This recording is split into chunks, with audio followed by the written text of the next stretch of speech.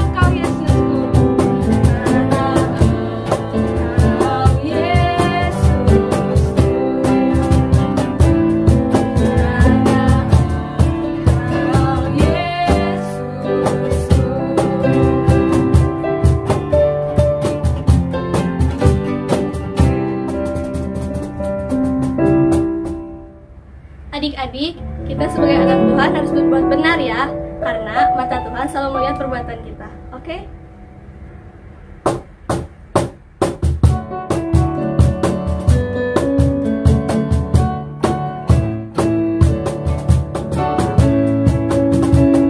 Mata Tuhan melihat apa yang kita perbuat, apa yang baik, yes, apa yang jahat, no. Oleh sebab itulah jangan berbuat jahat. Ingat, Tuhan melihat.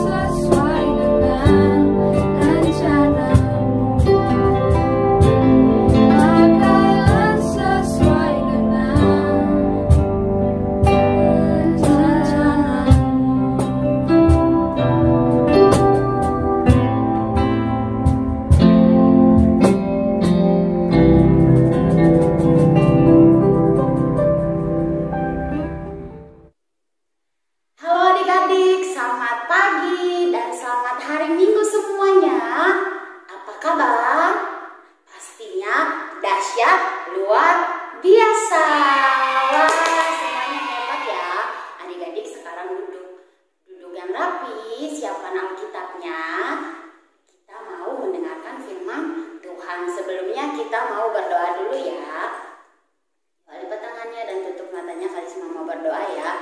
Tuhan Yesus, kami bersyukur Tuhan buat hari ini Tuhan masih memberikan kekuatan, kesehatan kepada kami. Tuhan Yesus, kami telah memuji Engkau dan tiba saatnya kami mau mendengarkan firman-Mu. Biarlah Tuhan Kau berbicara kepada kami pada hari ini, karena kami sudah siap mendengarkan firman-Mu. Dalam nama Tuhan Yesus kami berdoa dan mengucap syukur. Amin. Oke, adik-adik, sekarang kita mau buka Alkitab kita di dalam 1 Yohanes 3 ayat 16 sampai 24. 1 Yohanes 3 ayat 16 sampai ayatnya yang ke-24. Adik-adik, mendengarkan saja Kalisma yang bacakan ya. Demikianlah kita ketahui kasih Kristus, yaitu bahwa Ia telah menyerahkan nyawanya untuk kita, jadi kita pun wajib menyerahkan nyawa kita untuk saudara-saudara kita. Barang siapa mempunyai harta duniawi dan melihat saudaranya menderita kekurangan tetapi menutup pintu hatinya terhadap saudaranya itu, bagaimanakah kasih Allah dapat tetap di dalam dirinya?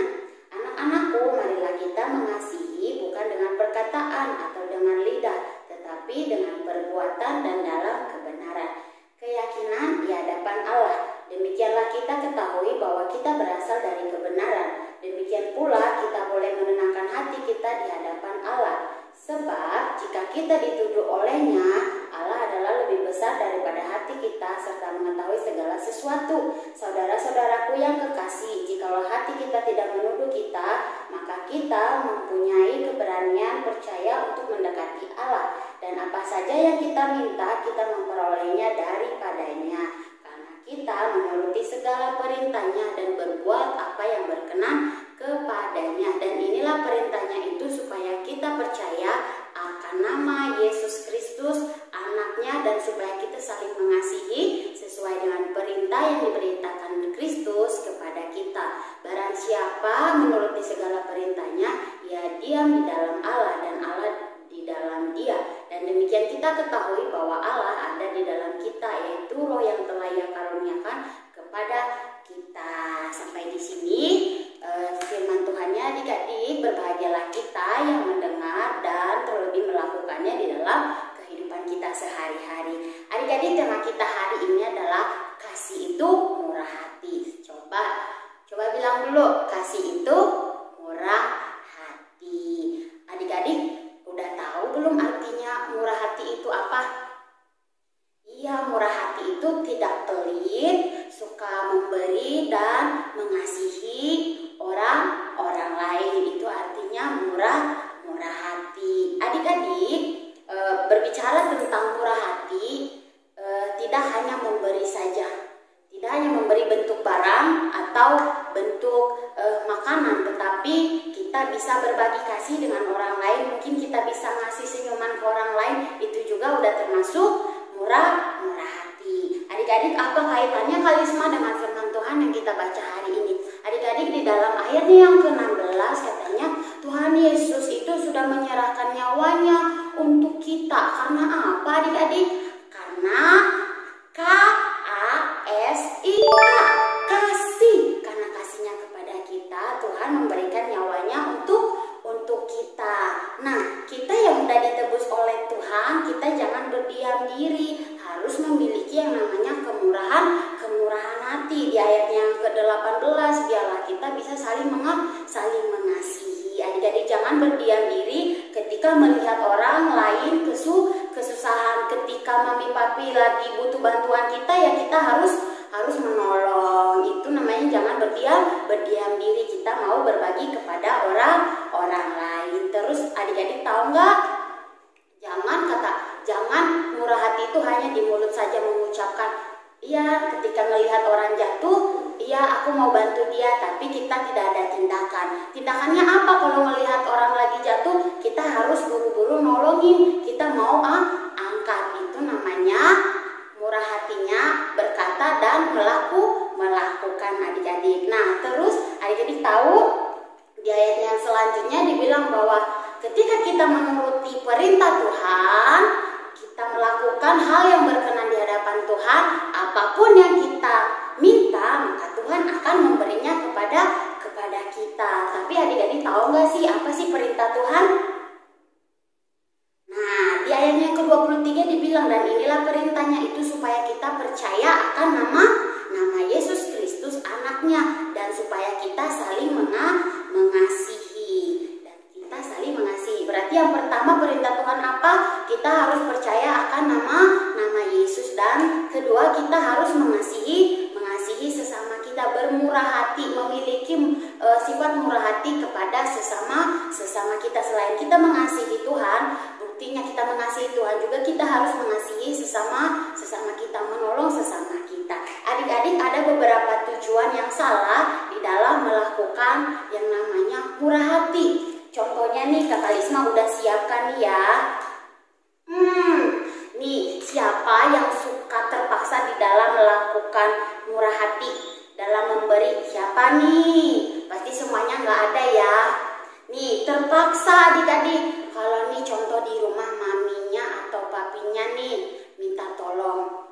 Sebenarnya udah berapa kali diminta tolongin, tapi karena nggak mau, terus maminya minta tolong lagi. Dengan terpaksa anaknya membantu. Itu tidak boleh. Kalau kita bermurah hati, kita harus dengan tulus melakukannya dengan ikhlas. Terus nih, melakukan murah hati itu supaya apa ini? Ayo, supaya dipuji. Wah, aku mau melakukan kemurahan hati, aku mau membantu teman aku supaya aku dipuji. Wah, kamu keren. Wah, kamu hebat. Ya, itu tidak boleh ya. Itu tujuan yang salah dalam melakukan murah hati. Terus nih apa ya? Ini balas budi nih. Dia minta supaya orang lain ketika menolong, dia minta untuk dibalas juga untuk menolong. Nah, itu tidak boleh ya. Terus nih, karena dia satu suku, jadi aku mau nolongin cuman orang Nias aja, aku nggak mau nolongin yang lain. Jadi hanya orang Nias aja, orang Batak, orang Chinese nggak mau nolongin karena dia bukan satu suku aku. Itu juga nggak boleh ya, karena Tuhan mengasihi semua suku. Jadi kita juga sebagai anak Tuhan, kita harus saling mengasihi. Terus satu agama, aku nggak mau nolongin yang itu, agamanya kan beda sama aku kan orang Kristen, aku nggak mau nolongin yang lain. Itu juga nggak boleh ya. Kita harus menolong semua orang. Oke, adik-adik. Terus tadi nih, karena barang atau makanannya udah jelek, nih aku mau memberikan sesuatu. Tadi kan kemurahan hati itu memberi juga ya. Aku mau memberikan sesuatu kepada orang lain. Contohnya makanan atau mainan. Karena mainannya udah rusak, aku mau ngasih ke si A. Karena udah nggak dipakai lagi, karena udah rusak. Aku mau ngasih makanan ini ke si B karena makanannya pedes, kan aku nggak bisa makan pedes, atau enggak kadaluarsa. Itu juga tujuan murah hati yang salah. Itu tidak boleh ya. Jadi semua yang ini tadi kita nggak boleh melakukan. Itu bukan dasar dari kemurahan hati. Dasar kemurahan hati itu adalah kita memberikan dengan tulus, karena kita udah menerima kasih itu dari Yesus. Kita sudah dipenuhi oleh kasih Yesus, makanya kita memiliki sifat murah hati, bisa mengasihi orang lain. Adik-adik, itu tadi kita sudah belajar untuk bermurah hati, tetapi tidak memiliki tujuan yang lain ya. Kita emang tulus melakukan murah hati itu karena kita sama-sama mengasihi sesama kita, supaya kita bisa hidup atau memiliki sifat murah hati. Adik-adik, kita harus mengalami kasih itu dulu dari Yesus, baru nanti mengalir ke dalam kita, baru kita bisa berbagi kepada orang lain. Barang siapa yang mengasihi sesamanya, berarti kita tinggal di dalam Tuhan, dan Tuhan juga ada di dalam kita. Itulah buktinya kalau Tuhan ada di dalam kita, kita bisa mengasihi orang lain. Itu adik-adik, hari ini kita belajar ya sama-sama. Kalisma dan adik-adik juga harus belajar bermurah hati kepada orang lain. Ketika melihat orang lain bersusah hati, kita harus dengan sigap menolongnya. Oke, jangan memandang dia siapa, tapi kita harus menolongnya karena itu adalah perintah Tuhan. Good, semuanya hebat ya. Adik-adik, hari ini kita mau membacakan ayat hafalannya ya. Untuk anak Indria dari Lukas 6 ayat 36. Hendaklah kamu murah hati sama seperti Bapamu murah hati. Lagi ya. Hendaklah kamu murah hati sama seperti Bapamu murah hati. Oke, untuk anak Pratama dan Madia di 1 Yohanes 3 ayat yang ke-18. 1 Yohanes 3 ayat yang ke-18. Anak-anakku, marilah kita mengasihi bukan dengan perkataan atau dengan lidah, tetapi dengan perbuatan dan dalam kebenaran. Oke, sekali lagi ya, 1 Yohanes 3 ayat 18. Anak-anakku, marilah kita mengasihi bukan dengan perkataan atau dengan lidah, tetapi dengan perbuatan dan dalam kebenaran. Jadi bukan cuma ngomong doang, tapi kita harus melakukan tindakannya. Oke, adik-adik, sampai di sini firman Tuhannya. Semoga kita bisa mengerti, memahami, dan kita bisa menjadi pelaku-pelaku firman Tuhan dimanapun kita berada. Oke, lipat tangan dan tutup matanya. Kali semua mau berdoa. Yuk, lipat tangannya, tutup matanya. Tuhan Yesus, hamba bersyukur Tuhan pada hari ini kami boleh mendengarkan firman-Mu Tuhan. Biarlah kami bisa hidup di dalam kemurahan hati Tuhan, dan kami boleh melakukan kebenaran firman-Mu di dalam kehidupan kami sehari-hari. Biarlah kami Tuhan Yesus diberikan kasih yang daripada Engkau Tuhan, supaya kami dimampukan untuk mengasihi sesama kami, menolong sesama kami ketika sesama kami mengalami kesusahan Tuhan. Terima kasih Bapa yang baik. Biarlah kasih itu bukan untuk diri kami sendiri Tuhan, tetapi kami boleh membagikannya kepada sesama kami, kepada teman kami, kepada papi mami, kepada adik-adik, atau juga kakak kami yang ada di sekeliling kami Tuhan. Terima kasih Bapa yang baik. Biarlah kami boleh melakukannya dengan tulus dan ikhlas Tuhan. Terima kasih Bapa, Engkau yang memberkati anak-anak yang mendengarkan firman Tuhan hari ini dimanapun mereka berada. Tuhan yang memberkati, Tuhan yang memberikan kekuatan, kesehatan bagi mereka, bahkan Tuhan yang memberkati tumbuh kembang mereka Tuhan. Terima kasih Bapa, berkati juga orang tua mereka dimanapun berada, apapun yang mereka kerjakan saat ini Tuhan, yang membuat berhasil, berikan kekuatan dan juga kesehatan Tuhan bagi kedua orang tua mereka. Terima kasih Bapa yang baik, kami bersyukur untuk firman-Mu. Hanya di dalam nama Tuhan Yesus kami berdoa dan mengucap syukur. Amin. Oke adik-adik, sampai di sini kebaktian kita hari ini. Selamat hari Minggu dan Tuhan Yesus